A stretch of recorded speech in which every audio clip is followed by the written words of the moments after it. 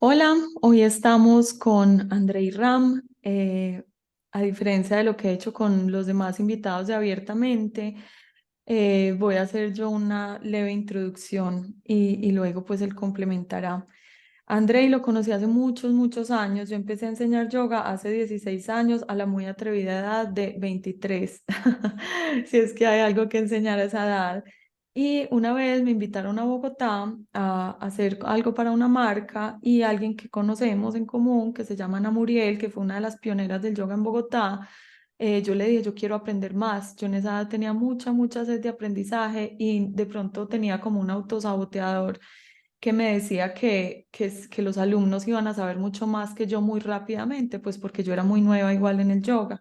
Entonces le dije a Ana que a quién me recomendaba y me dijo que me fuera a Nueva York y buscara en la Academia de Dharma Mitra a Dharma o Andrei. A los pocos días fui, o a los meses, no sé, a Nueva York.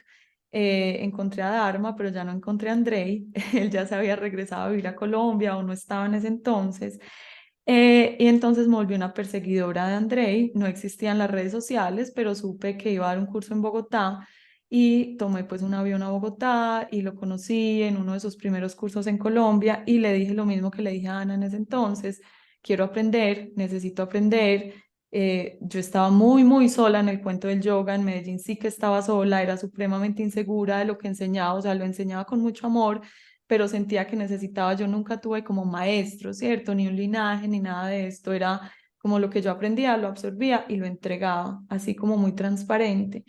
Y bueno, me encantó, conecté, fue una enseñanza muy bonita, fue uno de estos profesores que se quedan en el alma porque también me enseñó o me recordó, porque yo me enamoré del yoga así, a sacar el yoga del mat y como esa manía de la superpostura, etcétera. Y bueno, mientras estuve en mi escuela de yoga vino no sé cuántas, varias veces. Luego, cuando me uní a Marce Ramírez, nos volvimos, como dice él, como hermanitos. Él siempre nos ha dicho Chandra y Surya, que quiere decir sol y luna, porque Marce y yo somos eternamente complementarias, diferentes, opuestas y un complemento demasiado bonito. Entonces, bueno, han pasado muchos años, cada que he podido me he acercado a sus certificaciones, cada que puedo lo recomiendo. Muchas de mis alumnas van a sus certificaciones y después me llaman el día del grado con la lagrimita en el ojo diciendo, esto es lo mejor que yo he hecho en mi vida. Y yo les digo, yo sé, lo tengo clarísimo. Yo lo siento como un ser de otro planeta, él ya lo va a desmentir en 35 segundos, pero de otro planeta en el sentido de que no se las da de nada. Y yo creo que eso también lo sacaste de Dharma, pues que ha sido tu eterno maestro, de ser un maestro de la vida real, un maestro común y corriente, un maestro con su vida ordinaria, pero al mismo tiempo enseñando cosas que por obvias a veces no vemos. Ese es Andrei Ram, ha sido así creo que en los últimos años, creo que hace 3, 4 años no te veo, no te doy un abrazo en vivo y en directo, pero no te imaginas cuánto me has enseñado y lo primero y más hermoso es la lealtad. Cuando ibas a empezar a hacer certificaciones en Medellín, me llamaste a pedirme permiso y yo decía, ¿cómo así? Y me dijiste, sí, porque tú fuiste la primera persona que me invitaste acá y yo debo hacer eso. Y desde ese día en adelante lo hago siempre. Si alguien me invita a hacer una certificación, perdón, yo no hago certificaciones, un retiro, un curso, lo que sea, y luego alguien, hablo primero con esa primera persona, como que no sienta como que tú me abriste el camino y chao, ya no me sirves, y eso me lo enseñaste tú. Son huellas chiquitas, pero hacen toda la diferencia. Entonces ya no te presento más. Hola Andrei, ¿cómo estás? Y cuéntanos tú un poquito, ¿quién es Andrei Ram?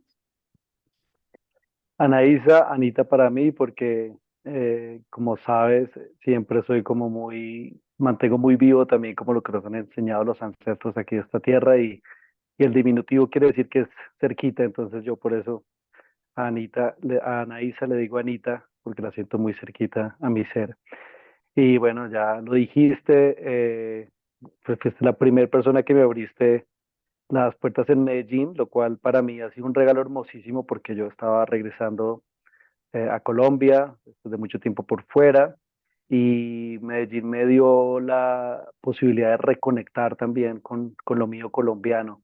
Entonces, por eso también muy, muy eternamente agradecido con esa ventana tan bonita que tú abriste para poder colectivamente sembrar estas semillas de espiritualidad, de amor, de de autorrealización, que es ir como colectivamente quitando las verdades, que son las que tapan a la realidad, y de ahí obviamente buscando un camino hacia la liberación. Y con esa presentación tan bonita de Anita, alguien diría como, está como presentando como la humildad de un ser, ¿no? Pero la verdad, me presentabas y lo que sentía era como, ay, qué rico, qué libertad no tener que cargar con todas esas cosas que el mundo carga, que tristemente también en la espiritualidad los guías cargan, que es el de ponerse cosas encima, ponerse títulos, ponerse arriba, y más que un acto de humildad, cuando te escuchaba, me di cuenta que es más bien es una realidad de liberación, cuando uno anda sin ponerse todas esas cosas que de verdad no deberían hacer parte de la humanidad y de este plano terrenal, porque lo único que acrecientan es peso en los seres y cargas en los seres. Lo que ofrece es el poder caminar con libertad, y te agradezco mucho por esa presentación porque me hizo sentir que bueno el valor de la libertad que tiene mi vida al no tener que llenarse de esas cosas. Así que pues por lo demás, nada, como decía Anita, toda mi vida dedicado a buscar los caminos del alma, a vivir desde lo profundo de nuestra esencia, que es el espíritu. Y eso en algún momento me llevó también a la orilla del yoga, y allí encontré, por supuesto, eh, yo diría que más que un sendero, porque el sendero se lo labra uno, el idioma que le permite a uno comunicar de qué se trata esta búsqueda, y ese idioma es muy importante porque con ese idioma que permite esa comunicación, entonces permite que esa búsqueda se haga colectiva, se haga compartida, y en este plano, en el plano humano, no es un plano individual. Curiosamente, el yoga obviamente uno lo busca, sobre todo el yoga, el Raya Yoga, lo busca uno desde el interior, y para eso obviamente uno se requiere también que uno por momentos se aísle, para que profundice y busque en lo más profundo de uno, pero en últimas todo eso, lo que va saliendo ahí es darse uno cuenta que obviamente el camino humano es un camino colectivo y un camino compartido, y que no jamás en la vida uno puede pretender ser una célula aparte del gran conglomerado, que es lo que va revelando el yoga, ¿no? Que es el conglomerado de la unidad, y de la unidad es el todo y es el universo del cual hacemos parte, y por ende el camino entonces es compartido y colectivo. Así que de ahí, pues, en algún momento llegué a este camino del yoga, más por buscando una medicina que buscando un camino, digamos, de personal de lo que iba a hacer en la vida. Pero hermosamente, en esa inmersión en esa medicina, pues, me ha traído a este lugar en el que gozosamente me desempeño, que es ayudarle a otras personas a que también se alimenten de esa medicina para que puedan encontrar la medicina que se requiere para sanarse de todo, que es la automedicina. Y tal vez también una de las cosas que más afectan a la humanidad es la adicción, y entonces también esto también ofrece una medicina para esa adicción, adicciones pequeñas, grandes, las que sean, que es la adicción al ser, ¿no? Y a donde uno viene, ¿no? La adicción a la búsqueda de la fuente suprema de todas las cosas. Así es, qué hermosura, porque el yoga te habló al oído. Yo me acuerdo que yo he buscado, he sido buscadora desde chiquita, y obviamente el primer espacio donde uno busca respuestas, al menos en este lado, en Colombia, que es tan católico, de pronto es en la iglesia, bueno, en la sinagoga, donde sea que vayan. Y a mí esas palabras no me entraban. Ahora pues di la vuelta entera, el camino del héroe, y ahora me entran más que nunca, y a veces cito frases bíblicas y yo digo, ¿en qué momento? Pero por mucho tiempo yo sentía como que yo era impermeable a ese mensaje, y lo recibía con rabia, con rechazo, ni siquiera lo entendía. Pero el yoga, la primera vez que yo fui a una clase no física, no solo física, claro, yo empecé por el yoga muy físico, pero es que las palabras me entraban derecho al alma, derechito, yo las entendía, tenían todo el sentido para mí, y eso pues me terminó por reconciliar con muchas cosas, y todavía me falta por reconciliarme con otras. Pero tú dices que yoga lo encontraste como una medicina. En tu vida, ¿tú qué necesitabas sanar como para encontrar esa medicina, o medicina para qué? Mira, comienzo por compartirles un poquito antes de de esta conversación con Anita, pues claro, tuvimos nuestro tiempito ahí como como amigos, volvernos a encontrar. Y en esa conversación me di cuenta que estamos pasando en un momento tremendamente álgido, porque justamente ya la realidad no da más, ya la humanidad no da más, de siendo dominada por unas verdades, que justamente la verdad es la gran mentira porque es la que enmascara lo que es la realidad, ¿no? Entonces, nos dominan verdades codificadas, verdades en lo más interno de nosotros, verdades en lo interrelacional, en lo afectivo, verdades en la supuesta moral, en los supuestos valores, y todos ellos valores veracios, dentro de dentro de una perspectiva, pero que realmente no nos están permitiendo acceder a la realidad de los valores humanos, a la realidad de las naturalezas, de nuestras relaciones, de nuestra interrelación con la realidad misma.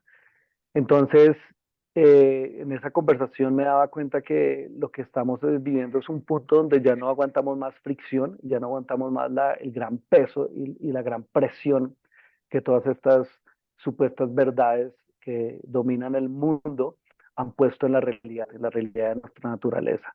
Y eso, lo que genera entonces es un conflicto, tarde o temprano nos inmerse en un conflicto que en el nivel más profundo termina es generando un autoconflicto, un conflicto dentro de nosotros mismos.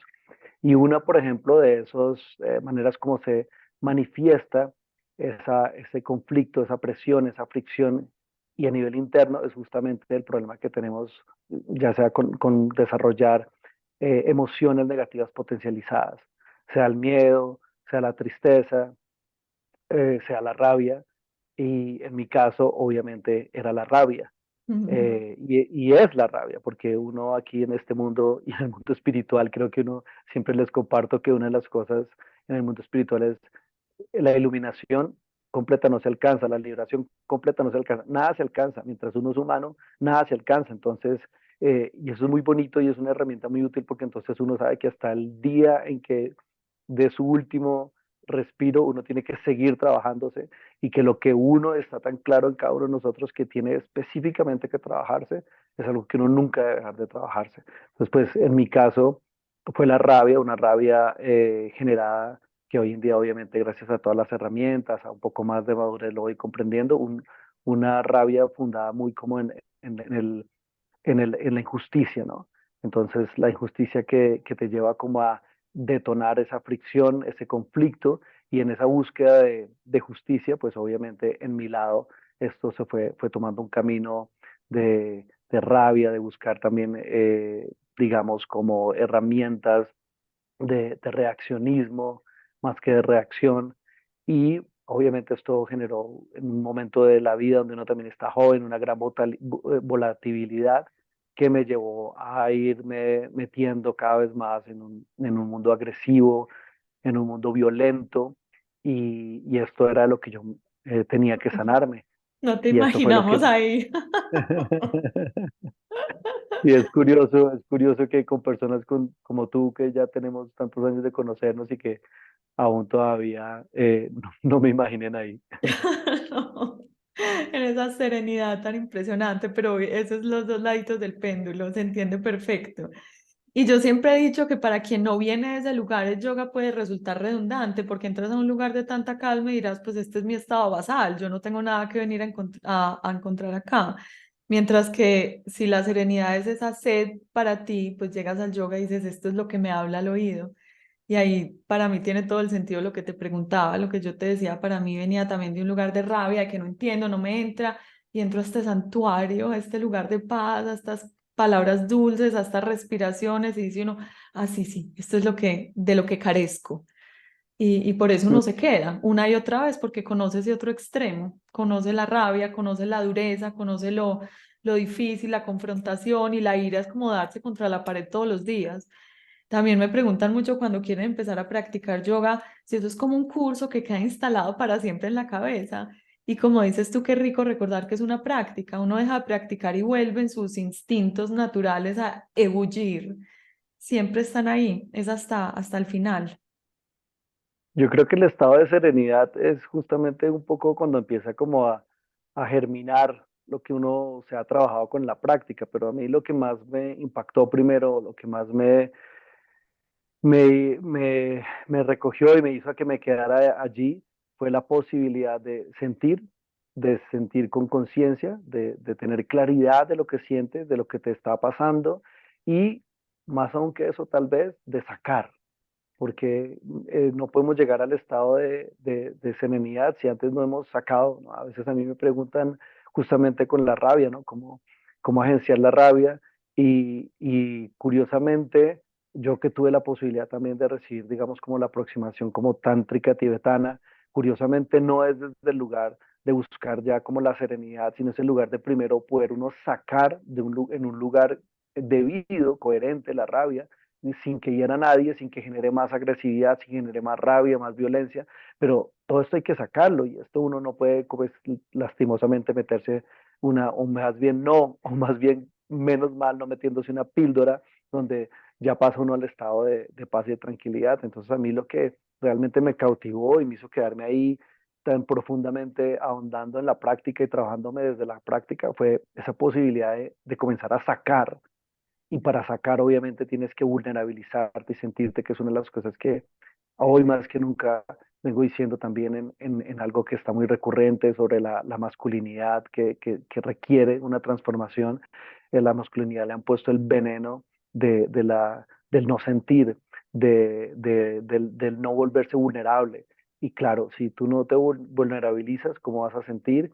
Y cómo vas entonces a incrementar tu conciencia, porque la conciencia es percibir más allá, percibirte primero a ti para luego percibir más allá de ti, pero sin vulnerabilidad no hay posibilidad de sentir, ¿no? Entonces creo que esas son las dos grandes cosas que me ofreció el yoga, ¿no? Un espacio consciente de vulnerabilización para sentir y expandir justamente esa conciencia y también un espacio donde podía poder sacar todas estas negatividades que uno había sembrado en su vida con sus actos, con sus pensamientos, con sus palabras inconscientes y justamente reaccionarias en contra de esta estructura que nos han impuesto, una estructura de fricción y una estructura de verdades altamente engañosas.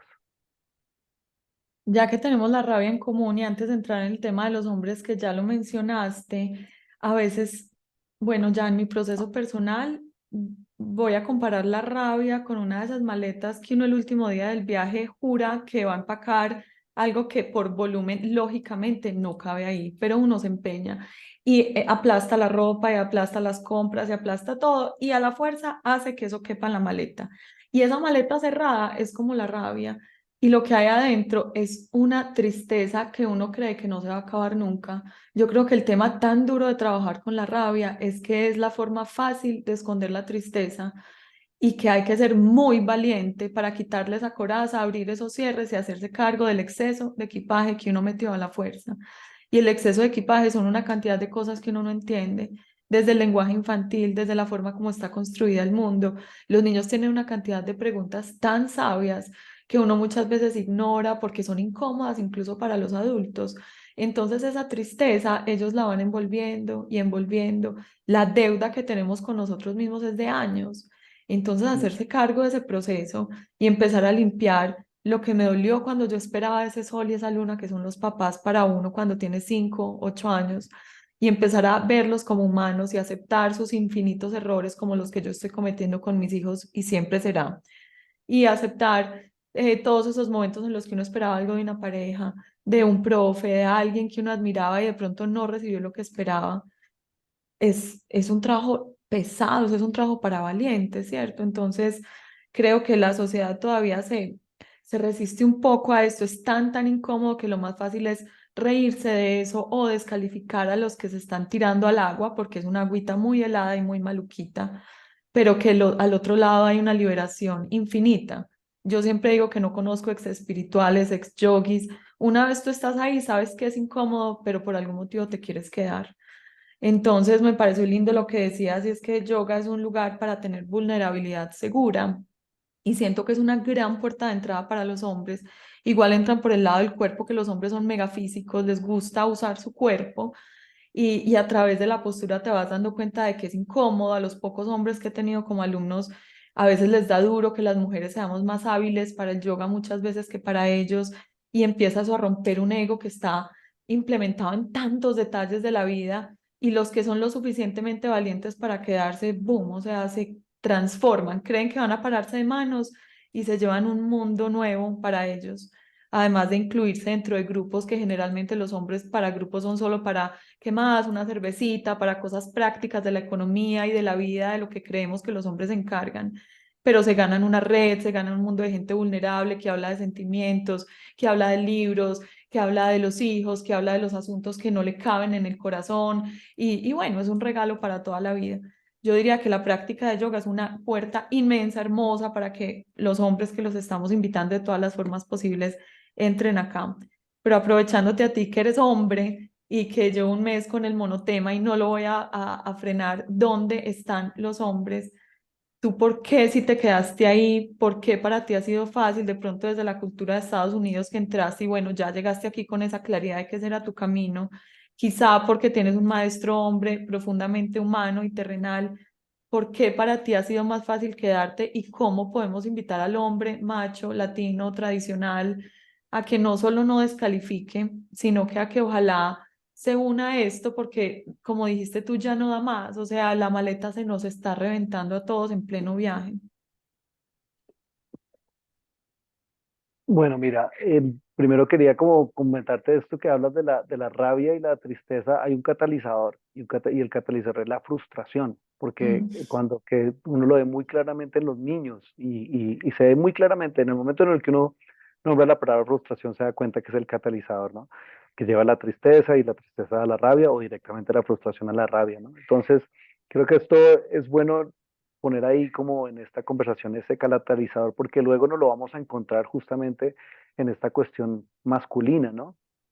Digamos que hay dos razones por las cuales el hombre eh, está tan confundido en lo que es la valentía, ¿no? Lo dijiste, yo siempre constantemente estoy compartiendo esta cita que no importa quién la dijo, que es como se requiere es valor para amar, ¿no? Porque tu valor para matar, eso lo que requieres es estar ciego e inconsciente de ver lo que estás haciendo, ¿no? En el camino del yoga, justamente nosotros no nos encontramos primero con la serenidad y la alegría y la plenitud, porque cuando empezamos a ver y a sentir, a vulnerabilizarnos, lo primero que viene es dolor, pero es un dolor consciente, ¿no? Cuando se hablan de cambios de dinámicas, ¿no? Respecto, por ejemplo, a la alimentación, sin hablar de vegetarianismo, pero más de las dinámicas y las prácticas de la industrialización del alimento, ¿no? Cuando tú, eh, y ya aquí me pongo de manifiesto, yo mucho tiempo fui vegetariano, ya no lo soy, pero sigo teniendo ese principio de la conciencia, ¿no? Cuando tú ves cómo la industria trata al animal, claro, lo más fácil es, no, yo no quiero ver eso, yo no quiero ver eso y así puedo seguir dormido y comiendo lo que quiera, ¿no? Pero cuando tú le pones conciencia y ya no tienes como ese no libertad, sino ese libertinaje, que a la larga es lo que lo confunde a uno y lo va llevando a lugares de también uno generar sufrimiento, en el caso obviamente de la alimentación industrializada, enfermedad. Entonces, el valor, el gran valor, la valentía es amar, la valentía es ver lo que está pasando en el mundo. Eso sí requiere mucha valentía, por eso lo que requiere gran valentía es el amar, no el pasar por encima del otro, no el entrar en estas dinámicas de poder. Y cuando ya directamente viendo entonces esta cuestión masculina, pues hay dos vertientes, ¿no? Una vertiente que es la vertiente histórica de cómo se ha creado al hombre, y luego una vertiente que es la que contrapone todo esto, que es la vertiente esencial. O sea, ¿qué es lo que realmente es la humanidad? ¿Qué es lo que realmente es la masculinidad? Y la gran cuestión está en la masculinidad porque es la que está más confundida, porque es a la que más se le ha engañado. A la mujer es la que más ha sufrido todo este engaño, pero el gran engañado ha sido la masculinidad. Se le ha puesto una codificación de lo que es ser hombre, basado justamente en eso, en no vulnerabilizarte, en no permitirte vivir, sentir, en no permitirte las emociones. ¿Para qué? Para supuestamente y se ha logrado, ha sido muy efectivo porque al mismo tiempo lo que se le ha ofrecido al hombre es un trono. Entonces, mira, no, sigue este camino de no vulnerabilización, de poder, de imposición, y tú puedes estar en este trono. Y en este Ujú. trono, obviamente, claro, es un trono, esa cuestión humana y esa situación, ese paradigma y ese patrón masculino, pues obviamente le da una cantidad de facilidades al hombre que entonces le hace la vida más cómoda y entonces se requiere una doble valentía porque es sensibilizarse, tener la valentía de amar, de sentir, pero además la valentía de bajarte del trono, de decir como, no, yo no, no muchas gracias, muy cómodo su trono, me da muchas ventajas en la vida, pero yo no quiero ese trono. Entonces, claro, requiere esa doble valentía y yo creo que esta segunda del trono es la que más difícil lo hace, muchísimo más difícil lo hace, porque lo es, ¿no? En el momento en el que el hombre empieza a abrir, empieza a sentir, sale corriendo porque se da cuenta que se le van a quitar del trono. Eh, Aquí tú decías que a veces haces tus retiros de yoga y a veces sientes o eres, terminas como en el paredón del criticismo de que las mujeres si van del retiro de yoga, entonces después vienen con el chip del divorcio. No, no, no es eso. Es que estamos, es que lo que autorrealización significa es que miremos con realidad dónde estamos, qué cosas no están funcionando y si X o Y situación no está funcionando, cualquier persona que se mete en el camino de la autorrealización, entonces hay que hacer un trabajo que no necesariamente lleva al divorcio, pero sí es a sensibilizarse y vulnerabilizar qué está pasando. Y si llega a ese lugar o llega a otro lugar, pues tarde o temprano tiene que ser bienvenido porque es el lugar de la realidad, de estar sentado en la realidad. Entonces, muchas veces, por ejemplo, también en ese sentido, esto es lo que hace que el hombre salga despavorido, porque pues obviamente le van a quitar su lugar de ventaja. Y esto que tú dices, lo vemos, estamos aquí en una conversación y tenemos es que ver lo que hay en la realidad. Y lo que hay en la realidad no es que las personas están yendo a más retiros de yoga y entonces por eso están habiendo más divorcios, sino no, lo que estamos viendo en la realidad es que está habiendo una gran crisis en lo más fundamental, en la célula de la humanidad, en la célula de la sociedad, que es el hogar, y la célula del hogar es la pareja, y en la célula de la pareja, el centro, el núcleo, pues es el ovario, es la mujer, no es el hombre, no es el esperma. Entonces, ¿qué es lo que pasa? Que ya no aguantamos tanto la realidad y la mujer que naturalmente, porque como tiene un útero, porque como es abierta abajo, está conectada naturalmente. Entonces la mujer, cuando se están empezando a caer todas estas estructuras, naturalmente la mujer está como la fuerza natural de la mujer de estar naturalmente conectada empieza a activarse, por decirlo así.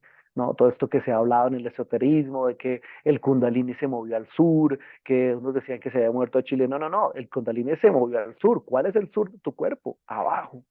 El Kundalini se movió abajo porque del Kundalini no es que se movió abajo, el Kundalini viene de abajo. Eh, Ujú. para los que no conocen esto, es simplemente como una fuerza vital, la conciencia de la fuerza vital más primaria. Eso es el Kundalini. Entonces, ¿qué pasa? Que esto empieza a activarse y naturalmente hace que la mujer, que es la que está naturalmente abierta abajo, naturalmente conectada, la que tiene un útero, entonces obviamente automáticamente se active. Y esto es una maravilla, porque si la mujer no se activa, el centro del núcleo, el centro de la célula no se mueve. Y la única manera que esto va a cambiar es si la mujer se empieza a mover. La mujer se empieza a activar y se empieza a mover. Porque si se mueve la mujer, cualquier patrón que está cargando, que está sosteniendo a esta estructura de mentiras en la sociedad, se va a caer, porque la mujer es la que está en la base. Entonces, por eso estamos viendo que hay tanto conflicto en la pareja y que hay tanto conflicto y que hay tanto divorcio, porque naturalmente está comenzando a haber un movimiento de la mujer de búsqueda de ella, de reafirmación de ella. Afortunadamente a la mujer naturalmente no le interesa el empoderamiento y ojalá que nunca se meta porque no lo necesita, como dicen las abuelas de aquí de esta tierra, ¿no? Sino es una activación de su verdadera naturaleza y ahí se mueve y al moverse se caen todas esas estructuras que han controlado la humanidad. Llámese monogamia, Y cuando yo digo caerse monogamia, no estoy hablando de poligamia, sino estoy hablando de todas estas estructuras que no nos permiten descubrir lo que realmente es el amor, lo que realmente es la familia, cuáles son los roles reales de cada uno. Y justamente, volviendo al punto, lo que es la real masculinidad. Yo tengo un referente que es la naturaleza. El esperma es móvil. ¿Y a dónde va el esperma? ¿Qué es lo que está buscando desesperadamente el esperma? Un óvulo. Entonces, Mm. ¿qué quiere decir esto? Que esto no es quién está arriba, quién está abajo, sino naturalmente hay un centro y el otro elemento, que es el que se mueve, no se mueve a la loca tratando de expandirse, a expandir su poder, sino lo que está realmente está buscando es ese centro. Y cuando el hombre utiliza su movilidad, gran movilidad para aumentar su conexión al centro, el hombre está en plenitud. Y ahí es donde yo te puedo dar mi respuesta como más individual de mi masculinidad.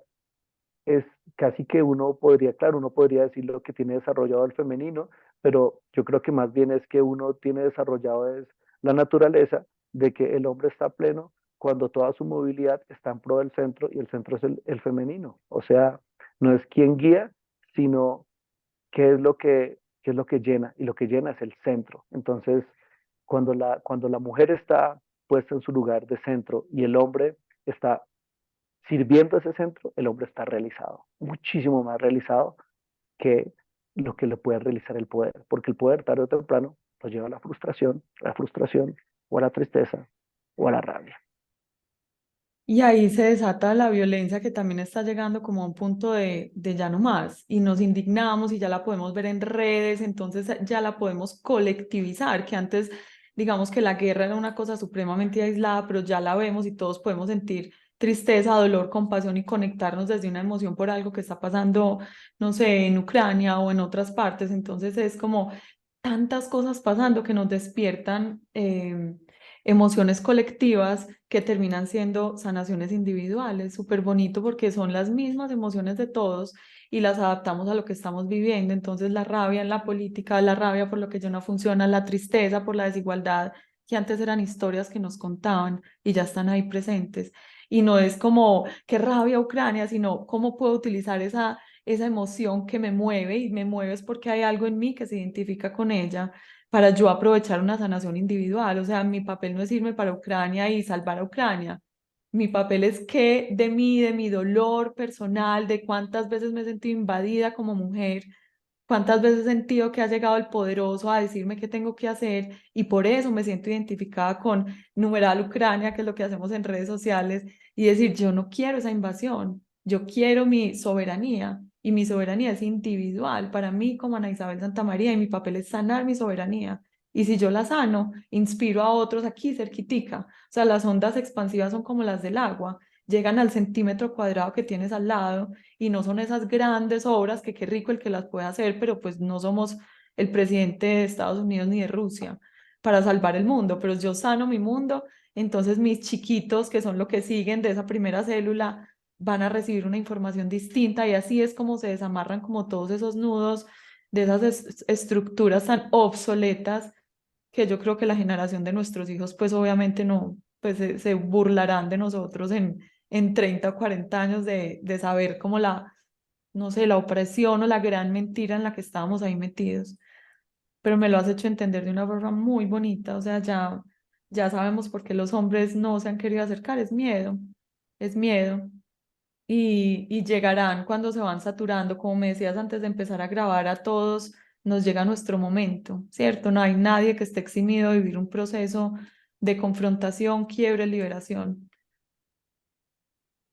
Sí, a todos nos llega nuestro momento porque lo único verdadero de la vida y lo más honroso de la vida es la muerte, ¿no? Hay que comenzar por tumbar ese miedo a la muerte, por ver la muerte en su verdadero lugar, un lugar de honra. Y pues ojalá que no tengan que esperar hasta ese momento, su último respiro, para que a la fija llegue su momento de darse cuenta de lo que sí, de lo que no.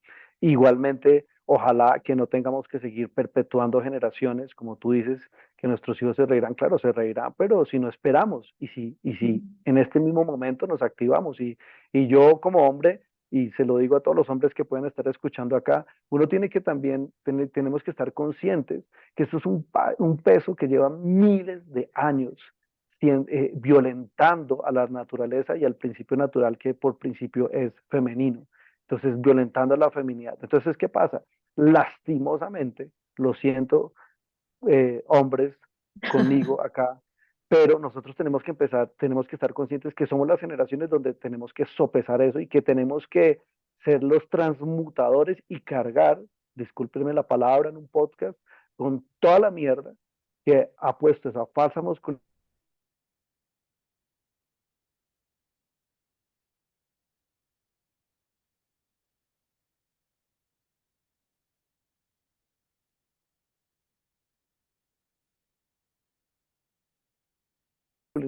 en los que en este momento tenemos que sopesar ese peso, esa carga de antes. Así que aquí también decías algo muy bonito que era sobre la soberanía. Y yo creo que ahí pones algo muy bonito porque fíjate que yo decía como, no, ojalá que nunca, que no tengan que caer en el cuento de que es que tenemos que empoderarnos y caer en la mentira del poder, pero la soberanía es algo que es natural, ¿no? Que no requiere, es un derecho, no requiere, digamos, como el poder, es un derecho adquirido. Y es muy bonito lo que dices de la soberanía y en esta compaginación con la invasión, porque el fundamento de la libertad no es la pérdida del límite, es la autonomía en el límite, es tener uno la capacidad de ponerse uno sus propios límites. Esto es básico en la educación, ¿no? Es como el niño se autorregula, cómo el niño se pone sus límites. Ahí es donde realmente está el rol de la educación y el rol de nosotros como padres, ¿no? Pero también para nosotros mismos y también justamente para la mujer, es cuál es tu límite. Cuál es el límite de tu soberanía, de tu cuerpo, de tus emociones, de tu mente? Y tú tienes que, todos, hombres y mujeres, pero por supuesto en esta cuestión mucho más resaltable decirlo en las mujeres, ¿cuál es tu límite? ¿Dónde pones tu límite? Y aclaras cuál es tu límite. Y entre más claro esté el límite, pues obviamente menos necesidad, ojalá, haya de defender y hacer respetar ese límite. Pero la soberanía y la libertad está directamente relacionada con el poner con claridad los límites, hasta dónde llego y hasta dónde permito que lleguen. Y creo que esto es algo básico para encontrar la libertad, para encontrar justamente también el poder liberarnos luego de las invasiones, el prevenir estas invasiones no desde un lugar de defensividad, sino desde un lugar de derecho propio y de amor propio. Y esto es justamente lo que está trayendo el mundo. Yo creo que el manejo que hicieron con el COVID y todo lo que crearon con el COVID les salió mal, porque por un lado les salió bien, obviamente todos dependemos ahora más de todas las partes virtuales, pudieron lanzar la inteligencia artificial, pudieron lanzar la virtualidad a un nivel donde antes no se tenía y obviamente entre más dependamos de la virtualidad, más volvemos a estar dependiendo de quien sea que es el dueño de todos estos medios virtuales. Entonces, en ese sentido, pues a nivel económico les salió muy bien lo que querían hacer con el COVID. A nivel destructivo también les salió muy bien porque pues obviamente vemos el impacto que tuvo emocionalmente en la humanidad, pues, seres humanos que necesitamos la colectividad y pues obviamente el encierro obviamente que generó una pandemia emocional muchísimo más grave que la pandemia física, pero lo que sí no le salió bien es que nos estamos dando cuenta, esto que en el yoga es como tan recurrente, ¿no? Que una pequeña cosita, que es lo que tú estabas diciendo, una pequeña cosita hace parte del todo y todo está interconectado. Entonces, que mi mejor manera de poder hacer algo por la situación que me impacta en Ucrania es trabajándome a mí mismo en lograr cómo yo resalto mi soberanía, como yo resalto mis límites, como yo aclaro mis límites, como yo resalto mi soberanía. Y justamente es el trabajo individual el que es la respuesta para una transformación global y universal. Y yo creo que en ese sentido sí le salió el tiro por la culata a todo lo que Total. tratamos de hacer con el manejo del COVID. Total, y digamos que de las cosas horribles que han pasado en este mundo podemos aprender cosas para la vida. Después de ese asunto horroroso de las Torres Gemelas y de todo lo que se desató, había algo que tú acabas de hablar de las células, y es cuando ya estas células aisladas de un Islam muy radical empezaron a explotar bombas sin patrón alguno aquí, allá, y cuando pensaban cómo atacarlo, no había una estructura base, no había un núcleo, eran cosas independientes que un día se morían de la rabia y explotaban una estación de metro, no sé, en Madrid o en Boston en la maratón, bueno, una cantidad de cosas. Y bueno, aplicado en el lado luminoso de la vida, eso es lo que está pasando con la espiritualidad desde el COVID, como lo dices, ya no es como desde un lugar central como la iglesia o alguien que nos guía, un gran maestro, sino que a nivel individual hay una saturación tal que se crean esas células que si a alguien no le interesa no hay cómo atacarlo porque no hay un patrón. Viene de procesos individuales, dolorosos, confrontaciones cotidianas dentro de la familia, dentro de la empresa, dentro de que me quedé sin trabajo, ¿qué voy a hacer? Y eso es imparable porque no hay, sí, no hay una estructura piramidal que sería mucho más fácil desestructurar eso. Ahí es una autonomía en esos procesos y además que son súper contagiosos porque de alguna manera si uno vea que la gente que se mete en este cuento sufre, hay dolor, pues claro, porque hay que desaprender una cantidad de cosas. De alguna forma hay gente que te llama y te pregunta, yo quiero, no sé qué estás haciendo, pero yo quiero, invítame, pásame un libro, pásame un podcast, pásame algo que yo necesito ya por saturación, salirme de este asunto en el que estoy y no puedo más. Y así, pues, tan contagioso no será como un virus, pero contagia y hace la diferencia.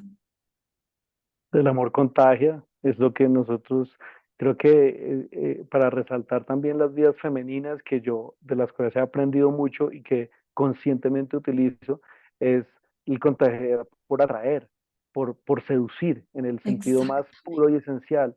Es como no es por imponer, es por seducir. Si ofreces algo bello, si ofreces algo hermoso, y en últimas, amor, afecto, tarde o temprano seduces. Esto con estas dinámicas de la masculinidad, como te digo, pues obviamente esto va a cambiar si hacemos el trabajo y hacemos el trabajo en nuestros hogares. Y pasaron dos capítulos muy bonitos en esta semana que ya estamos aquí en vacaciones, en familia, con los niños. Y entonces, claro, los niños acá tienen sus programas de deporte. Otra vez, ¿no? En estas dinámicas del fútbol que yo digo, ay, ¿por qué no te pones a nadar? Mejor que esta dinámica del fútbol, pero bueno, bonito, es la manera también de transformar estos espacios tremendamente masculinos, como gracias a Dios hay Messi que los transforman de una manera diferente, ¿no? Y bueno, están en su dinámica de fútbol y viene el chiquito y pues estaba un poco triste porque lo había tratado mal otro niño, ¿no? Entonces le digo yo, bueno, pues mañana intenta, ¿no? Lo que siempre intenta, ¿no? Resáltale algo, ¿no? Y justamente entonces fue al segundo día y le dijo como, oye, mira, yo te admiro, ¿por qué me tratas así? Yo te admiro mucho, tú eres el mejor futbolista de todos, entonces no tienes que tratarme así. Yo lo que quiero es jugar contigo porque te admiro mucho, ¿no? Y fue increíble, ¿no? Al final de la tarde, el niño lo invitó a su casa, este niño que tenía una dinámica tremendamente violenta y competitiva, ¿no? Y ayer estaba el mayor mío con uno de los con uno de sus amiguitos también de este colegio increíble donde gracias a Dios me encontré el Equiraya Montessori. Amo darles el crédito porque están haciendo algo increíble aquí en La Calera, aledaño a Bogotá, y tienen una dinámica muy linda, ¿no? Que es educación para el ser, educación, los valores de paz, y también estaban al final de una tarde de jugar fútbol, y uno de los niños le preguntó algo como, ay, oye, ¿verdad? Le preguntó al amiguito, ¿verdad que tú eres estás de novio de esta niña? Y le dice, sí, sí, pero por favor, pero no le vayas a decir a nadie. Y el otro niño de una reaccionó con este patrón masculino, ¿no? Como de que, ¿y si no qué? Y estos le Mm. responden, ¿y si no te doy un abrazo? Y el otro Ay, estaba tan no. enganchado en su masculinidad que le decía, pues, pues es que yo tengo un hermano mayor. Y entonces el otro le dice, además, y si no, nosotros tenemos una amiga en nuestro colegio que te mata a besos. Y Ay, el otro no. estaba tan enganchado que seguía ya en su dinámica de que yo tengo un hermano mayor, ni siquiera entendía, ¿no? Y me pareció tan revelador como esas dos dinámicas, ¿no? La masculinidad que la tienen en la competencia, que le dicen, oye, te estoy amenazando con un abrazo, te estoy amenazando con una niña que te va a matar a besos, y todavía no entienden la diferencia entre el afecto, cómo cuesta de trabajo, ¿no? Entender las dinámicas del afecto cuando la masculinidad ha logrado como hacernos tan insensibles, ¿no? Pero ahí es donde voy al punto de este camino del seducir. Todos a la larga necesitamos un buen amigo, que es, ¿no? Un afecto, un cariño real. Y yo creo que ahí es donde tenemos que hacer la apuesta para poder tener el antídoto y las armas, aquí sí voy a decir así, y las armas para poder compensar estas masculinidades violentas, este mundo agresivo, este mundo de competencia. Y es que todo el mundo necesita, y todo el mundo necesita afecto y cariño y amor, y por ahí es que hay que apostar, y de esas son las armas que tenemos que estar equipados. Wow, tantas cosas que decir de esto que acabas de decir. La palabra seducir la iba a decir hace rato y me encanta que seas tú el que lo hables porque no me gusta decir como el poder detrás del trono, pues aunque sí dijimos que los hombres están en un trono, pero esa es una invitación y nosotras tenemos esa habilidad en el ADN, no nos la tenemos que inventar, nadie nos la tiene que enseñar. Uno con una palabra, con hacerlo divertido, siempre lo hemos hecho. Las abuelas a través de una cena rica nos invitaban y terminaban haciendo lo que ellas querían, pero Sí, de una manera seductora y no es desde, porque lucha más lucha nunca va a dar y si es por la fuerza, pues como mujeres, incluso anatómicamente vamos a perder. Entonces no podemos aplicar la misma, pero los hombres son totalmente vulnerables a la seducción femenina y no estamos hablando de sexualidad. Estamos hablando, sí, o sea, estos hombres que se dejan atrapar por la seducción de una buena amiga que les da buenos consejos, ellos se derriten, o sea, su masculinidad se derrite en 32 segundos. Mi gran maestra de seducción es mi niña, que ya tiene 7 años y medio, y yo he sido más como, era más masculina, sí, más suria, más solecito, más a mi manera. Y llega esta niña y aprende a hablar y cualquier día se le cae mi celular y yo la miré y yo le dije, Elisa, y ella me dice, perdón, mamá. O sea, no hay forma de castigar, no hay forma de regañar. Yo la regaño a veces porque se alimenta horrible, come demasiado dulce y yo la miro y le digo, estoy desesperada y me empiezo a sulfurar, a echar cantaleta y ella llora y yo le digo, ¿por qué lloras? Es que no quieres comer y me dice, porque no te quiero ver así, mamá. O sea, lo desbarata a uno, es mi maestra de amor, o sea, me seduce, cuando mi energía masculina se está subiendo, me desbarata. Y si estamos hablando de invitar a los hombres, a veces decimos que vamos a luchar por un mundo más unido, por un mundo más igual. Empiece por ahí, o sea, no luchamos por nada porque estamos es queriendo acabar la lucha. Entonces mm, es como una invitación. Llego a la casa después de un curso, después de un retiro, después de un taller, y si vi a esa pareja que es tan reacia o tan en su trono, en todo lo que me estaban enseñando, pues yo cómo hago para meter esa información en un juego, en una conversación, sin venir como a dar lecciones de nada, porque eso instala su masculinidad mientras que la seducción la desbarata. Yo creo que es la clave más práctica y más bonita que podemos hacer en ese juego yin-yang, masculino-femenino, para incluir, ¿sí? Si nos han tradicionalmente excluido de su poder y de su política, de sus grandes empresas y de su economía, pues yo voy a hacer todo lo contrario, que es lo que hacen tus hijos. Uso el poder del amor para decirte, yo no te voy a excluir, ven acá, ven, yo te doy un abrazo, ven que quiero que participes de esto conmigo. Y creo que nadie se resiste, como decías ahorita, al amor nadie se resiste. Te agradezco tanto que lo resaltes porque de verdad que, bueno, desde este hombre que hace su trabajo día a día por poner el granito de arena para poder como regenerar una verdadera masculinidad desde su esencia, que es esta que esencia que te digo que de verdad uno cuando uno sirve al centro uno se siente totalmente realizado. Te agradezco mucho que pongas eso porque desde este lugar también algo que hiere muchísimo más es ver a la mujer que se engancha y que deja caer y que se deja caer en esa dinámica del conflicto y que se deja caer en esa dinámica de buscar poder y, y como digo yo, ¿no? La equalité, ¿no? Racionalista, ¿no? No, no, no, equalité nada, por favor, no, ecualidad no, igualdad no, por favor, no, porque las capacidades son totalmente diferentes y te agradezco que resaltes esto de la seducción porque sí, como tú dices, ¿no? Nos ponemos en esa otra dinámica del hombre y perdemos, pero si ustedes se ponen en la dinámica de la capacidad, de esa capacidad de seducción como principio y como fuerza y como energía y no como de sexualidad, como tú dices, ahí nosotros somos los que perdemos. Pero ¿sabes qué? Es una pérdida hermosísima, porque perdemos felizmente. Somos perdedores felices. en esa no confrontación, sino en ese intercambio, cuando la mujer se empodera desde su capacidad y que no se les olvide, y que ahora les digo a todas las mujeres que están aquí escuchando, no se les olvide que esa es su gran capacidad. Ustedes con una dinámica de seducción doblegan en 5 segundos y ¿saben qué? Quedamos felizmente doblegados. Tristemente a algunos se les va a demorar un poco más salirse de la contaminación para poder descubrirlo felizmente que quedan doblegados, pero tarde o temprano van a descubrirla entre ustedes más y más y más, resalten esa capacidad natural que tienen, esa potencialidad natural que tienen de seducirnos a lo que más necesitamos, que es amor, es afecto, para que quedemos feliz y plenamente derrotados. Qué belleza. Antes de que se me olvide, me estaba acordando de que hace unos meses leí un estudio muy serio que decía, para volver un segundito nada más al tema de la soberanía, y porque hablaste de óvulo y espermatozoide, que los óvulos parecen seleccionar el espermatozoide, que a veces llega uno primero y no lo reciben, que no se dejan penetrar desde primero, sino del que ellos dicen. O sea, es como que el óvulo tuviera también, sí, su soberanía, su inteligencia para decir yo a ti sí, o sea, contigo sí, contigo no, como que hubiese cierta compatibilidad y cierto rechazo natural. Y eso nos da como otra vez como el poder bonito femenino, que no es el poder de la lucha ni de la fuerza, sino el poder de yo elijo de quién me rodeo, yo elijo el tema del que quiero hablar. Yo elijo con quién quiero pasar mi vida, yo elijo con quién y de qué temas quiero hablar, y es una soberanía que no es a la fuerza.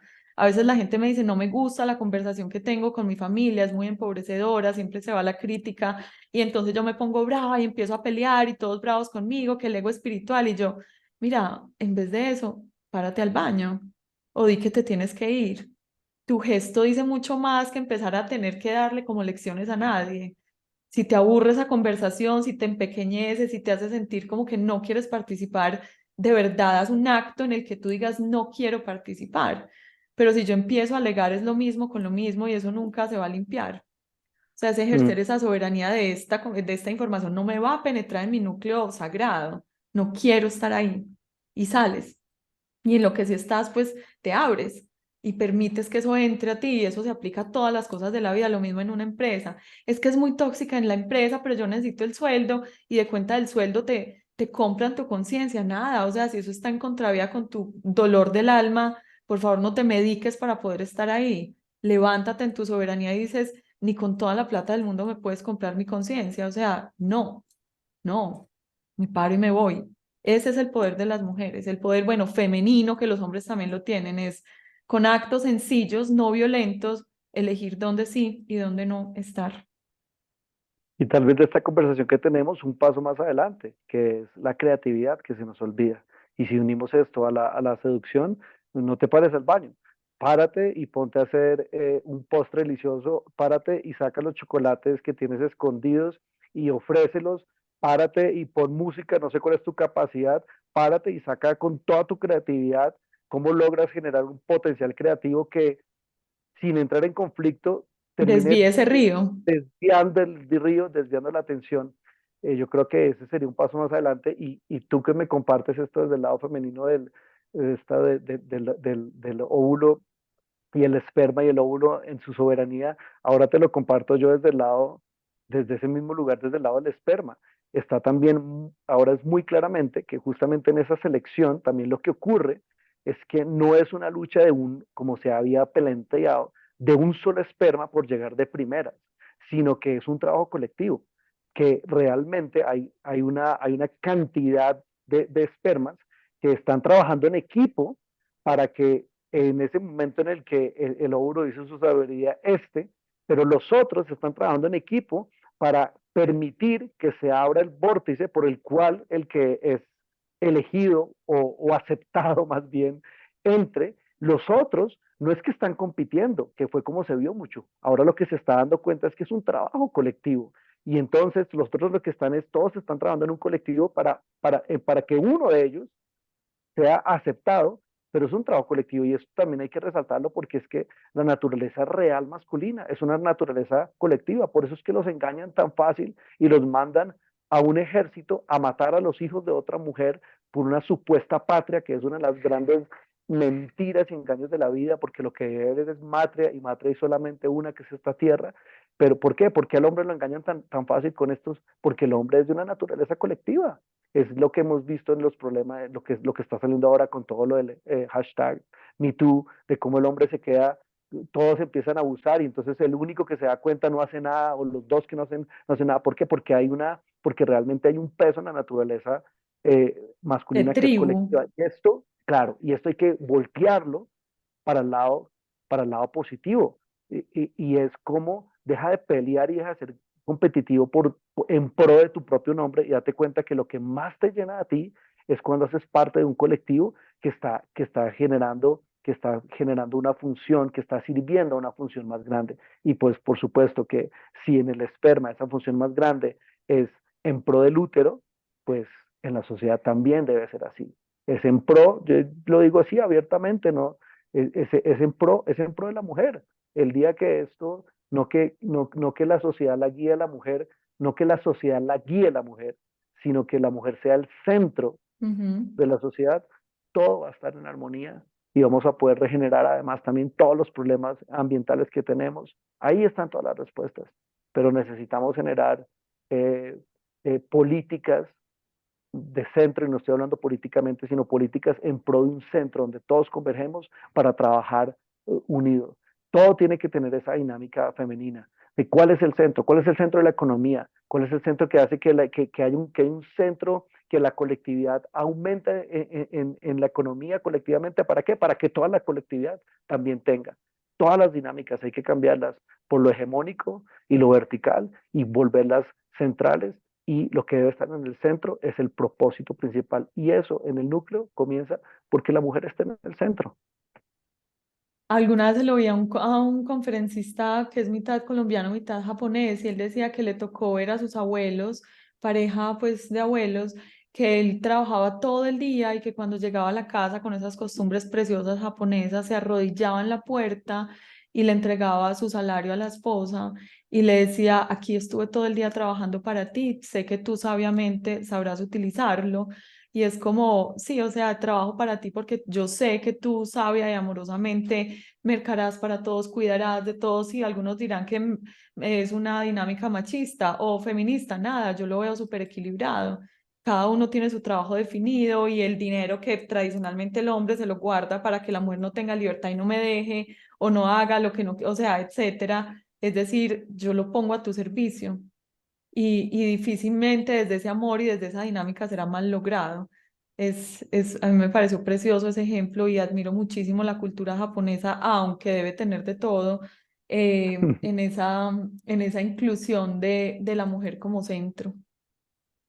Sí, eso es un caso especial. Yo que voy tanto a Japón, sí, eso es un caso especial, pero yo creo que es que no es especial de la cultura japonesa, está en cada ancestro. Tú vas a cualquier cultura y quita lo histórico y vete a lo ancestral, y en lo ancestral tú ves esos principios, porque Sí. si tú vas a lo Y en lo histórico de indígena, Japón, claro, en Japón hoy lo histórico es una cultura tremendamente machista, pero en lo ancestral está ese ejemplo. Y por supuesto que detrás de cada historia yo he llegado a donde he llegado gracias a que yo vengo de un hogar donde vi eso que tú me estás diciendo, de esa historia japonesa, eso lo vi yo todos los días. Mi padre iba, salía a trabajar, pero la que administraba siempre, y hoy lo sigue haciendo, es mi madre, toda la vida. wow. Y casi que pues literalmente no se arrodillaba, pero sí, alguna vez también lo vi físicamente arrodillado, y yo he podido desarrollar también esta masculinidad gracias también pues al trabajo que hicieron mi madre y que hicieron mis padres, y el ejemplo que me dieron, que fue así justamente como esa leyenda japonesa que estás compartiendo. Gracias, gracias por ponerlo así. Prefiero eso más que de una nacionalidad, es verdad, es como algo que se cortó en un punto y que, como dices tú, ya ahora ustedes están llamados a cortar tanta, o sea, tanta desviación y tanta inclinación a un solo lado de la balanza. Sí, porque sí, en la tradición indígena estaba también muy el culto a la mujer como centro y se reunían todas a cocinar y a planear la vida de la aldea, la vida de todas, y ellos salían, cazaban y llegaban. No había dinero físico, pero sí, con su ofrenda, con lo que cultivaban, lo que cazaban, y se lo traían y se los ponían a ellas porque ellas sabiamente lo sabrían repartir y multiplicar. Entonces sí es más ancestral, es más de la sabiduría que todos tenemos por allá enterradita y que tenemos que redespertar. Para terminar, me gustaría mucho tocar el tema de Satya. Yo he admirado, pero nunca me había hecho un tatuaje en mi vida y el único que tengo me lo hice hace muy poco, en la parte de atrás de la garganta, como donde está el chakra de la garganta, la palabra Satya. Yo nunca la había entendido, me la enseñaron hace muchos años y yo nunca la había entendido. Satya significa verdad y yo creía que verdad eran las verdades obvias. Algún día hace muchos años, en una clase contigo en Element Yoga cuando existía, nos contaste un poco de este tema de los ejércitos, de este tema de los superhéroes que son una fotocopia de los ejércitos, de cómo matar a unos para salvar a otros. Y ese día yo me empecé a cuestionar, ese día y nunca antes me empecé a cuestionar lo bueno, lo malo, lo verdadero, lo falso. Todo lo que alguna vez había adoptado por verdad no era más que un punto de vista. Tú decías que incluso era muy difícil pedir igualdad cuando alguien estaba pidiendo plata para comer en un semáforo y quien le decía que no estaba montado en su supercarro con su superreloj y ni lo volteaba a mirar. Y no es un discurso de resentimiento porque nunca te he visto así, no se trata de esto, sino de cómo no, ¿sí? Cómo no despertar esas emociones de yo también quiero estar bien o yo quiero que me mires a los ojos y me veas en una dinámica tan desigual como la de nuestro mundo. Entonces empecé a entender y llevo muchos años quitándole capas y capas a mi rabia, a mi tristeza, a todo lo que no se acomodaba y yo quería que se acomodara a la fuerza y que fuera la fuerza porque pensé que así tenía que ser y pensé que el satya, la verdad, era la verdad heredada y creo que el camino más hermoso de cada ser humano es descubrir su verdad y vivir fiel a esa verdad desnuda, dolorosamente desnuda y se necesita una valentía tremenda para salir a vivirla, para defenderla, para multiplicarla, como decíamos ahorita. Eh, el yoga ha sido mi vehículo, pero creo que no es el único. También se lo vi a otra persona para darle los créditos y es que cualquier camino son como aerolíneas distintas, aviones distintos que llegan al mismo destino. Camino, pues un buen camino que uno sienta que lo está acercando a su satya, a su verdad. Y ese es el crédito que yo le doy al yoga. Y es que más que la práctica, más que la postura, más que la comunidad, los maestros, los viajes, todo me ha dado eso, la valentía para vivir mi verdad con todas las consecuencias que eso traiga en un mundo en el que elige la comodidad de la mentira, de lo ilusorio, ¿sí? Entonces, quisiera que nos hablaras un poco de eso para cerrar un poco como con con el, no sé, la búsqueda de la verdad personal, cuando esa verdad entra en contradicción, entra en contravía con verdades, entre comillas, y no lo están viendo, que a veces la satia propia es como un barquito en un río que tiene demasiado caudal hacia el otro lado. ¿Sí? ¿En qué se ancla uno para poderlo seguir navegando, para poderse salir como de esa corriente que a veces es tan cómoda? Me parece un punto hermosísimo y de gran anclaje para cerrar. Eh, no sin antes, respecto a esa puntada del tener que también a veces parece como difuso en el yoga y contradictorio con la espiritualidad. No, no, no, todo lo contrario. El problema no está en tener, el problema está en no compartir al nivel que uno tiene. Ujú. Este principio ya no solucionaría Todo, globalmente todo. El problema no está en no tener, qué bueno es tener. El problema está en delicioso. no compartir al nivel que uno tiene. Y en eso, todos tenemos que seguir trabajando hasta el último respiro, pero en eso, pues resalto a la cultura paisa. Lo ha hecho muchísimo mejor dentro de la dinámica colombiana. Una de las cosas que a mí más duro me dio de regresar a Bogotá es ver este cuento del clasismo que hay aquí en Bogotá. Es horrible, ¿no? Uno en Bogotá, en Medellín uno ve esas dinámicas, en Antioquia uno ve esas dinámicas de una relación más de igual a igual, ¿no? Con el portero, y esto es un jalón de orejas, un resaltar y un jalón de orejas para que no tenga claro, no pierdan eso, ¿no? O sea, es una persona que está trabajando, pero es igual y hay una relación más de igualdad y de hermandad, y eso es muy bonito, ¿no? Uno ve también grandes emporios económicos antioqueños ahí en el poblado. Que cuando tomo taxis me cuentan, ¿no? Agencias de taxis que fueron creadas por el gran acaudalado del poblado y que dio todos los taxis y que así comenzó, ¿no? Entonces, creo que es algo a resaltar y es que no se puede perder. Entre más tenemos que compartir y listo, ahí sí ten los 80, sí, 80 relojes si quieres, pero si tienes 80 relojes, asegúrate de compartir Compartir más 800, todavía. 800 a otros, ¿no? Y entonces creo que esto solucionaría. Y respecto a Satya, pues te tengo una actualización muy bonita, Anita. Yo justamente desde cuando empecé a ir a Medellín con la puerta que tuve y luego Marce me abrieron, eh, pues obviamente uno su camino sigue, ¿no? Y en uno de en uno de esos andares me encontré con Satish Kumar. Satish Kumar es un maestro increíble, que es el maestro que está ayudando muchísimo a toda la sanación medioambiental de la tierra. Y él, él lo que enseña es justamente estos principios del yoga. Y él muy amorosamente me compartió que uno de los grandes problemas que tiene el yoga es que el sánscrito ha sido traducido de una manera tremendamente paupérrima y dirigida desde lo que en el yoga conocemos como el Kali Yuga, dirigida desde el nivel más bajo de entendimiento de la conciencia. El sánscrito es una lengua que es sonora, no es una lengua que es sintagmática, no tiene un significado, sino tiene es una expresión vibratoria. Ujú. Entonces, nunca se va a poder traducir una palabra de sánscrito en una palabra que le corresponda.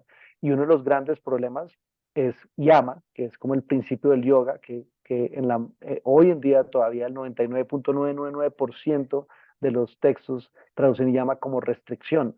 Yama no tiene nada que ver con restricción. Yama quiere decir cuidado, atención cuidadosa, y casi que uno podría decir atención cuidadosa y amorosa. Ese es el principio. Todo lo contrario a donde llegue restricción. Si comenzamos un proceso de yoga y decimos que llama restricción, ya ahí vamos a entrar en una confusión y apague y vámonos porque ese sistema no nos va a servir, ¿no? Luego pranayama, entonces restricción de la vida, entonces ahí sí peor, es atención cuidadosa y amorosa de la vida, administración de la vida, pranayama. Y entonces Satya es otra que resurge ahí porque Sat, la, la, la, la, la raíz vibratoria Sat, tiene referencias a real. Entonces, Satya no es verdad. Satya es real. Satya es lo real. Satya es la búsqueda de Sat, la búsqueda de lo real. Y esto es muy bonito porque justamente también es una de las, digamos, de las piedras de tropezo en el camino espiritual del yoga. Si Satya es verdad, entonces, ¿qué es la verdad? Y Mm. la verdad es la gran mentira, porque la verdad es una versión personal y tremendamente temporal de la percepción de la realidad. Es una percepción temporal y individual de la percepción de la realidad. Entonces no hay verdad y no hay verdad universal porque siempre debe estar reconfigurándose. Y el mundo está gobernado porque supuestamente hay unas verdades oficiales, unas verdades científicamente comprobadas, unas verdades religiosas, y hay del que se le ocurra a ir en contra de esa verdad. Y luego entonces también nosotros entramos en un cuento de verdad. ¿Cuál es mi verdad? ¿Cuál es tu verdad? Y entonces si nos paramos desde la verdad, ahí ya entramos en conflicto. Ahí ya terminamos necesariamente en un conflicto. En cambio, cuando tú ves que Satya es la búsqueda de lo real, ¿qué es real? Y eso sí es totalmente diferente. Tú Además, a ¿qué la es lo que fuerza es real para mí? Lo que se siente real, más que lo que pienso real, o sea, se siente real. también, pero si tú llegas a lo que es real para ti, llegas a estar asentada en la realidad. Y si tú estás sentada en la realidad, el otro también está sentado en la realidad. Es que eso es lo Ujú. bonito de lo real, que si tú lo que buscas es lo real, claro, primero lo buscas por un camino individual, pero si llegas a lo real, ya terminas en el camino donde están sentados los dos, ¿no? Entonces, Satya quiere decir es lo real. Y esa búsqueda de lo real personal lo que hace es que tarde o temprano nos lleva al lugar colectivo donde estamos ambos.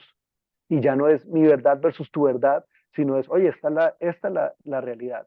Tú le puedes decir a la gravedad, fuerza de atracción universal, yo le puedo decir, es el amor de la madre de la tierra, que hace que nos seduzca y que nos atrae. Otro, el físico le puede decir es 9.8 metros sobre segundo cuadrado. Esos son verdades.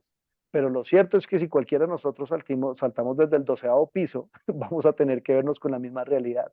Entonces, la búsqueda real lo que nos lleva es al lugar de conciliación, al lugar y primero de llegarnos al lugar de conciliación, nos llega al lugar de confluencia, de confluencia. Y yo creo que esto es muy importante, por ejemplo, para la resolución de conflictos. En el momento en el que pasemos de buscar la verdad a la realidad, ahí es donde vamos a encontrarnos en un lugar común, donde podemos habitar todos en nuestras diversidades, en nuestras percepciones diferentes de la realidad, en nuestras necesidades, donde las necesidades de cada uno van a poder coexistir y donde vamos a poder encontrar caminos realmente colectivos. Pero mientras que no nos liberemos de la gran mentira que se llama la verdad, no vamos a lograr eso. Entonces, qué bonito compartirte hoy en día esta actualización, que tan bonito también me lo ofreció Satish Kumar. Satya no quiere decir verdad, Satya quiere decir lo real, la búsqueda de lo real, la búsqueda de la realidad, y en esa realidad es donde coexistimos y habitamos y existimos todos. Y si la logramos, entonces logramos encontrar tal vez nuestro óvulo gestor compartido Común, y así es. colectivo. Y también se destruye esta imagen mental de yo ser un barquito en la mitad de una sí, de un caudal y pelear como con una realidad que no, es simplemente buscar donde todos confluimos y eso El medio, fluye y es fácil, exacto, el sabio medio, muy el real medio. claramente y muy hermoso. Andrei, gracias. Gracias por compartirnos, por compartir tan abiertamente, porque tu conversación siempre da paz. Y para mí siempre eso es como, por ahí es que quiero, por ahí es que quiero, porque ya hablamos de que uno siempre tiende a buscar como, sí, soy fuego, lo dijimos desde el principio, entonces, ¿dónde hay fuego? Y ese fuego a mí se me apaga en las palabras de paz, de tranquilidad, de conciliación, de búsqueda de centro, y sí, me reenrutan y eso es lo que hace un maestro eterno con uno. Entonces, gracias, gracias infinitas por compartirte con todos los que oyen abiertamente. Anita, mil gracias a ti por invitarme nuevamente a un espacio tuyo, a una creación tuya.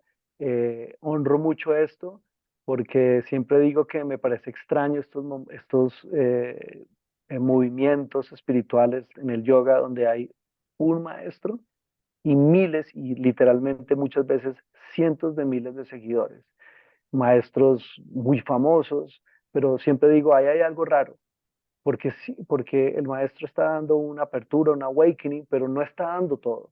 Porque si estuviera dando todo, debería ser que ese maestro tiene a cientos de miles de personas que están guiando a otros y a cientos de miles, o por lo menos algunos que han logrado hacer muchísimo más que el maestro en lugar de perpetuarse a eso.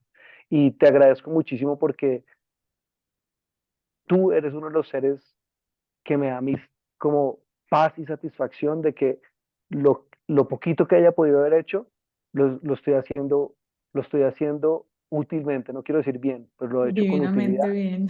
y lo he hecho con generosidad porque te veo a ti, veo lo que tú haces, veo que fácilmente hoy en día, fácilmente podrías tener más impacto en más personas que yo mismo. Y eso quiere decir que lo poquito que uno ha dado, de verdad ha germinado. Porque realmente va a germinar cuando a quien se le entregue tenga también la capacidad, los medios y el apoyo de que esto crezca y crezca más allá de lo que uno puede hacer, porque esto no es de uno, esto es de todos. Y Total. si no, y si todos nos lo activamos y todos no crecemos con abundancia y damos con generosidad, esto no se va a multiplicar. Y gracias, te digo, porque yo veo lo que tú haces y lo que tú haces fácilmente es más grande de lo que yo hago y eso me da una entera satisfacción de que lo poquito, la semillita que puede contribuir en tu camino, de algo sirvió para ti, para tu camino y para todos los que se nutren de ti. Así que mil gracias, Anita.